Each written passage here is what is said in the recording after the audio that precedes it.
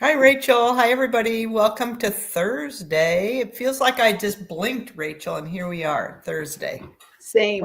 Yes. or sneezed, one of the two, blinked. Yeah. Yeah, man, time is funny. I was just reading an article about this actually, and they were talking about it's actually in that book I recommended last week. I said 4,000 Oh, days, but 4,000 weeks. Yeah. weeks. Yes, 4,000 4,000 weeks. weeks. Yeah. And he talks about this strange phenomena that people, as they get older, report time going faster. Like they Mhm. cannot believe every day. And I'm hearing it with all of my contemporary, my friends of my same age. We're all in that middle age, menopausal area. And Mhm. we're all like, where's the time going? How is it Right. middle of Yeah. May? Like, and Right. it's so funny because I feel like this old curmudgeon, time is just gone so fast.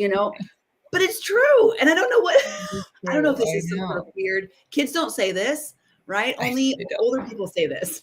That's right. I So know, that is so true. Yeah, I got that book. I'm starting to listen to it, by the way. It's very interesting, very interesting. But very, I love it. yeah, so and it actually kind of I'm thinking that he's going to get to maybe actually it'll be more relevant for next week's topic, which is Right. downshift, right? But Yeah. what are we talking? We've been talking about the blue zones and the Power Nine. All Yeah. right, and these are when this keen observer, researcher went to different areas of the world where the largest collection of centenarians lived. Mm. He found some common denominators, some things that habits or ways of living that were common to all Mhm. across all areas of different culture groups, different people groups, different areas of the world, environments, and anyway, and he wrote about them, and we're going through those, right? Yes. Yes. Yes. That is our Yeah. topic for this 9-part series. And Mhm. he's written about it. There's a cookbook. There's a docu-series on it now. There's actually a movement to create more blue zones across the country, our country at least, Mhm. maybe across the Mhm. world. And Mhm. so active people are putting together massive transformative programs. Goldie Hawn, I actually was reading an article this morning. She's Oh. involved in a big movement in California on some of the beaches, these beach towns, to create blue zones. Oh. Singapore is potentially a blue zone that they're looking at right now. A new, so anyway, there's a lot of movement going on with this. It started quite the thing. Are you I'm okay? sorry. I have a weird expression because the box that just got delivered to my door is all crunched. Now, Anyway, if you're the delivery guy and you're like, sorry, is that what you're doing? You see the boxes crunch and you're like, here you go anyway. I guess that's what they do. Take it up with Amazon, right? Or something. yeah. Anyway, sorry, I got a little sidetracked there. But yes, so last week we talked about moving naturally. Mhm, Yeah, moving naturally. mhm. And then which was such a great topic about just incorporating more movement, natural movement in throughout your day. Mhm. And what that does for you. And what are we talking about this week, Rachel?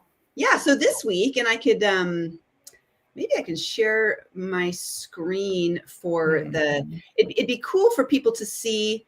Oh no, I don't have it pulled up. Oh, I was going to share the website. So look at the show notes for this video. If you're looking on YouTube, there's a bunch of show notes, and I have linked the book, the cookbook, the docu-series, but I also have the topics we're talking about today. I have websites linked there. So you can go and look at the mm, Power Nine. You can look at some of the things we're going to talk about. Today is purpose. Today's all about just mhm. purpose, right? Meaning and purpose, which, if it sounds familiar, it's because Dr. Gilbert and I just finished a series talking all about connection in one of the pillars of lifestyle medicine. And within that connection, they add that sense of meaning and purpose, like Mhm. connection to something bigger than yourself. So Right. so lifestyle medicine and the Power Nine from the Blue Zones are very close related. They tie in very nicely, and so it's all about purpose and what that does. You know, there's research that says that people who live with purpose, a sense of purpose, you know, like a sense of a bigger calling for their life, live longer. It's actually Mhm. many years are added to their life. And I think Right. what's really important about when you're hearing this and you're like, oh no, what's my purpose? And I'm not saving the world. It doesn't have to be. When we think of purpose, we think it's this thing that's changing the world, right? Right. In one fell swoop. It's this giant movement. It's maybe activism or environmentalism, or it's, you know, changing the foster care system. No, it doesn't No. have to be these giant things. It Right. has to be something that's important to you, that makes a difference for you. It can be small steps. And that it's something that gets you up in the morning, right? I think he Right. talks about what makes you want to wake up in the morning and keep doing something. Right, exactly. He talks about, what is that called? The Okinawans call it something. What's They the call it, word for that? They yeah, call it yeah. they call it Yeah. ikigai. Yeah, ikigai, if that's, yeah, I think that's how you say it.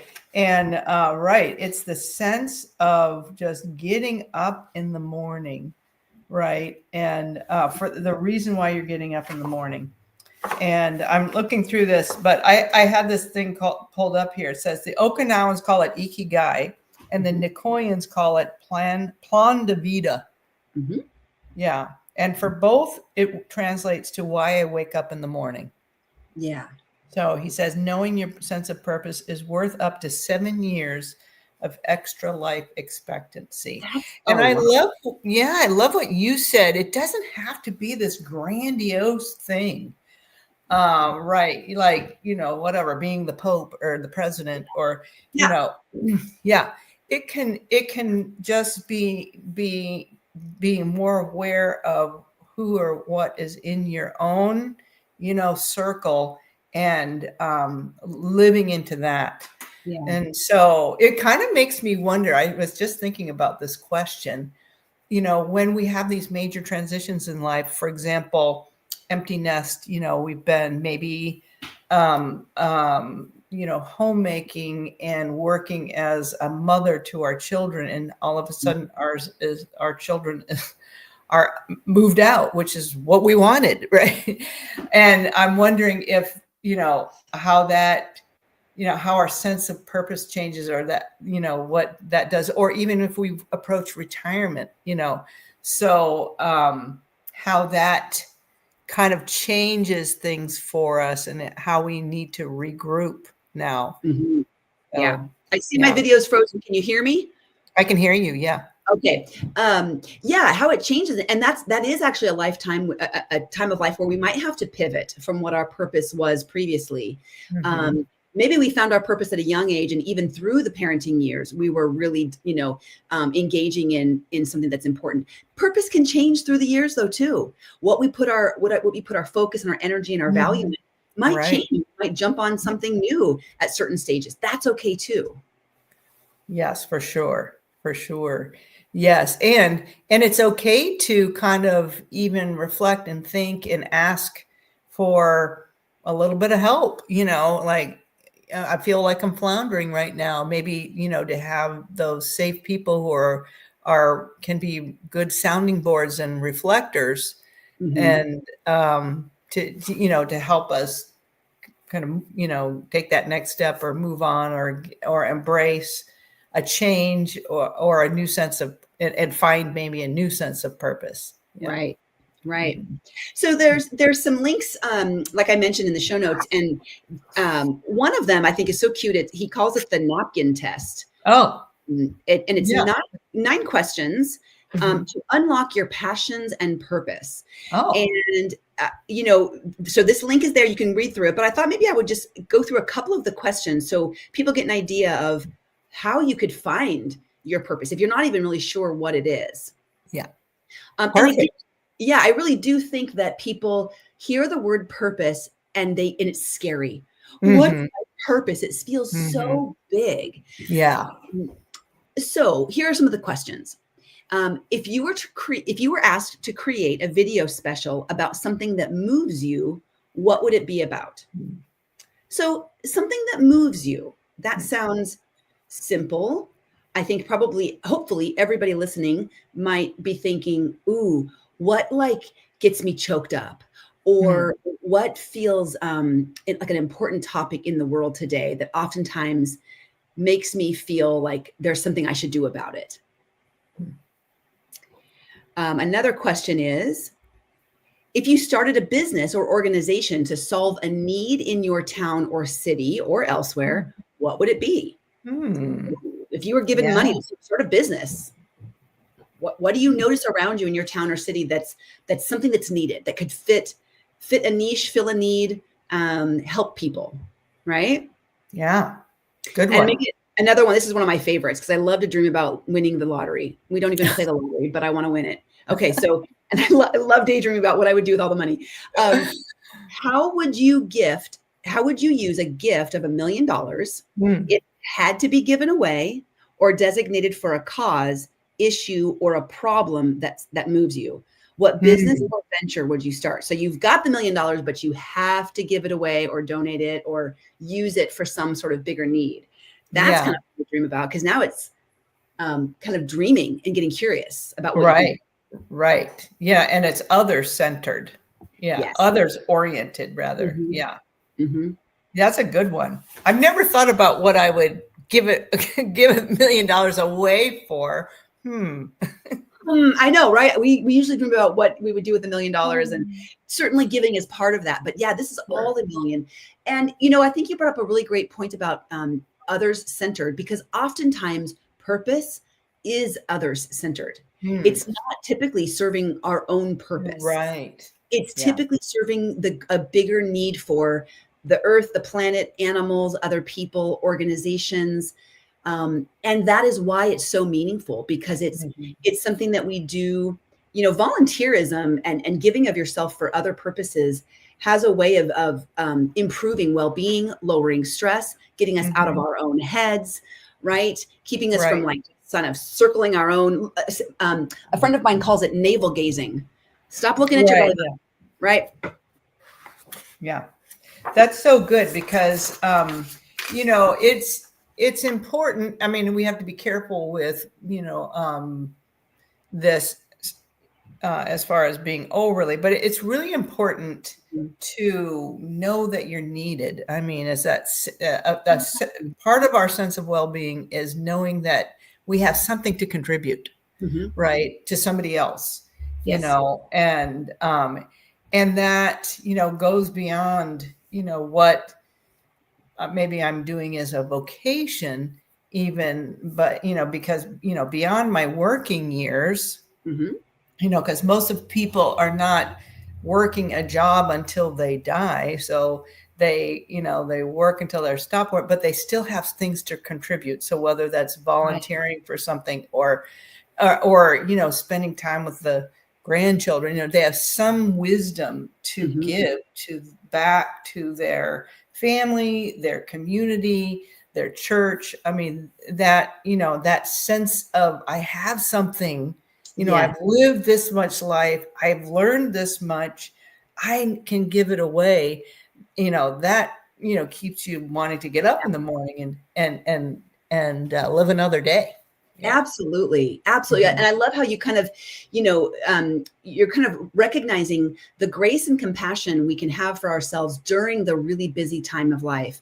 As you're a young college kid, when you're raising a young family, when you're trying to build your career, you may not have room for a lot of extracurricular purpose. Purpose might be raising healthy citizens of the world, right? And maybe what you do at work takes a lot of emotional and extra time out of your week. Maybe caregiving for a parent or a loved one, and that is purpose. So I really think it's important that I don't want people to be hearing, oh, great, I've got to go do one more thing. Right. One more thing to my life, right? Yeah. Because if it's your purpose, first of all, may I say, you wouldn't feel that way about it.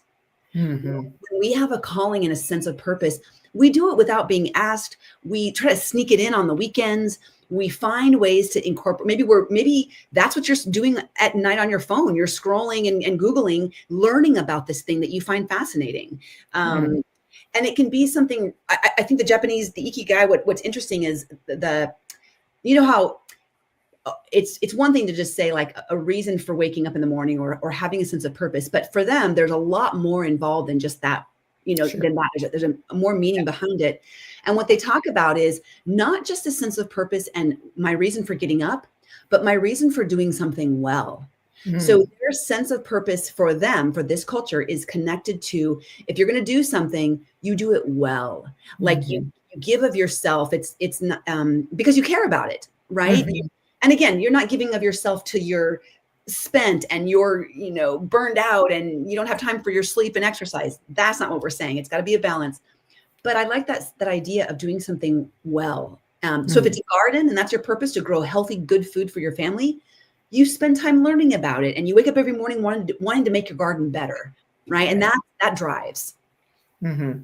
Yeah, that's great.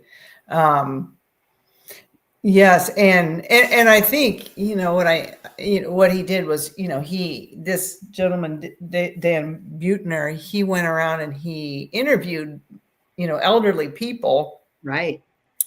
and really saw that across the board, and saw them giving with that joy and sense of um, connection, purpose, desire, um, and freely giving. It kind of reminds me, there's a proverb, isn't there, that says old age is the crown, or is it gray hair? Gray hair is the crown of life to the elderly. I think it's so. It's nothing that we have to fear.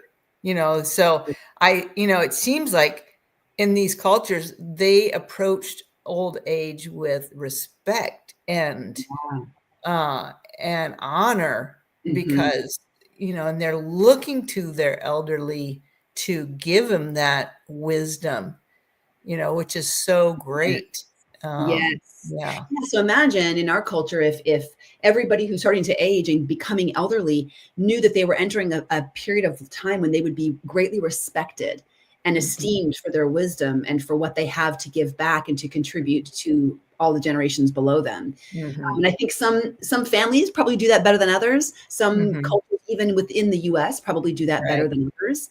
Yeah. But yeah, that would give you a sense of purpose going into your elderly years, coming Mhm. out of your job years and going into retirement. Yeah. And it's really cute in the docu-series when he interviews some of these, these centenarians. They're kind of feisty. I mean, they're a little bit like, get out of my way. I got some gardening to do, right? Don't step on my turnips, bro. you know, they're kind of feisty. They've got a little zest and pizzazz. Yeah. They're very Yeah. excited to talk about what they do and what they want to do. Like their Mhm. faces light up. They can't wait to teach the interviewee all Yeah. about what they're doing and what they're making and what project they're building. It's really quite cute. Yeah. That's so good. Mhm. So when you think of, do you have someone in your life that you can think of, Rachel, who kind of fits that kind of picture that you just painted, that feisty elderly person that has a sense of purpose? Can you think of Oh, somebody? that is a great question. I have Mhm. not even asked myself or tried Mhm. to look for. I can Mhm. certainly think of some people in my church community who are older than me who are like Mhm. that, but Mhm. not like the 80 or the 90. Yeah. Do you know actually? At church on Sunday, there was an old woman sitting in one of the rows in front of me, and I don't know who she is. She was crumpled over, right? She had she was tiny and little and very, very, very old. But Mhm. she was frantically writing notes during the Oh, sermon. And I just I was like, wow, she's still with it. She's still writing notes and learning, right? She's got to be 85 years old and she's learning something, right? Which tells mhm. me she has a growth mindset and she's Right. still open to the possibility that there is something to be inspired from Mhm. this message. Mhm. And So I don't know if she was feisty, but she's certainly learning. How about you? Do you have a feisty little one in your life? Right. Well, yeah, she's since, deceased, but anyway, my neighbor, and she's lived to be 92. I mean, she had something to do every day of the year, and it was seasonal and purposeful and intentional. And I mean, she was always talking about the next thing. In January, she was choosing her seeds that in February she started in her greenhouse. And, Wow. by this time she had a full garden. And yeah, I mean, and then of course she harvested, and she canned the produce from her own garden. And then she invited everybody in the neighborhood to enjoy in her in her feast. So yeah, I mean, talk about I think a little bit of the processed food industry got to her, probably cut it short a little bit, but as far as purpose and that feistiness, well, she had it. Her name was Linda. Yeah, Linda Gaglish. Do you know what you just described there too? I heard at least 3 of the Power 9 in what you said, right? Because she was living with purpose. She was living in community, sharing the abundance, and she was moving naturally. Right. But sure. These 3 that you just mentioned were part of those, the Power 9. We haven't talked about community yet, but she was really engaging that. Yeah. And again, it doesn't have to be, she was impacting this small corner of the world. Right? She didn't change global policy, and, but she impacted the people who loved her, and she fed people well. She kept herself busy. She tended and nurtured the dirt and the soil, right? Yeah. So what a life well lived. Yeah, what a life well lived. And she lived, and then she died. She didn't dwindle. Right. Oh. Yeah. And sign me up for that, please. Yeah. No kidding. Yeah, no kidding. Oh. Well, this is good, Rachel. This is good. I love those questions, and I love that thank you for putting those on in the show notes. And please, people, look for those. And yeah. So, Rachel, we're coming to the end of our time here. Tell us what's for dinner. Yeah. For dinner, we're going to be doing the fridge is empty, the pantry's empty, groceries aren't being purchased until tomorrow dinner. So it's a really simple, probably like a taco bar. Or like, I mean, I've got a little like street taco kick going right now, but it's going to be really simple with beans, probably some sort of a rice or grain. I don't even know if we have tomatoes. It might have to be frozen veggies I don't even know. It's going to be real, real simple. It's going to get the job done though. How about you? Good. Yeah. And so I'm in the clean out the fridge mode, so, using all the leftovers that were cooked and prepared, for Mother's Day. Was that just this last Sunday? Yeah. It was. Yeah. So there's still some leftovers from that. And I'm at the bottom of my base salad again. So, but I still have good stuff from there. So I'll have, the base salad plus some kind of protein leftover. Yeah. So, yeah. So good. Nothing exciting, but hey, it's given me the essential nutrients that my body needs to rebuild, repair, and my cells. And it's giving me the energy that I need in a way that my body can metabolize it in a healthy way. And then I'm going to enjoy it. Exactly. I'm going to enjoy it. You know what? My favorite new thing is it's these coconut aminos with ginger. Ooh. Oh my goodness, Rachel. I'll show them to you on Saturday. Okay. Yeah. Because they are the bomb. So it's a bottle of coconut aminos, but it has ginger in it. Oh, girl, you're speaking my language. Yes. So good. And I'm saying, oh. So good. Yes. So that's a little that I'm using that just a little bit as my dressing. So. Yeah. Yeah. Ooh, that sounds good. Can't wait for our cooking class this Saturday. Right. All right. Well, we'll see you all then. Enjoy the rest of this day. Yeah, it's the week called for rain. I haven't seen a whole heck of a lot of it. No, it's actually been really nice out there. Sorry about my video, everybody. But I'm glad. Hey, we get to see your beautiful smiling face. Well, it's kind of a funny. Yeah, where are my teeth? I don't know what happened. It's okay. It's Vanity okay. man. Thanks, everybody. All right. Bye-bye.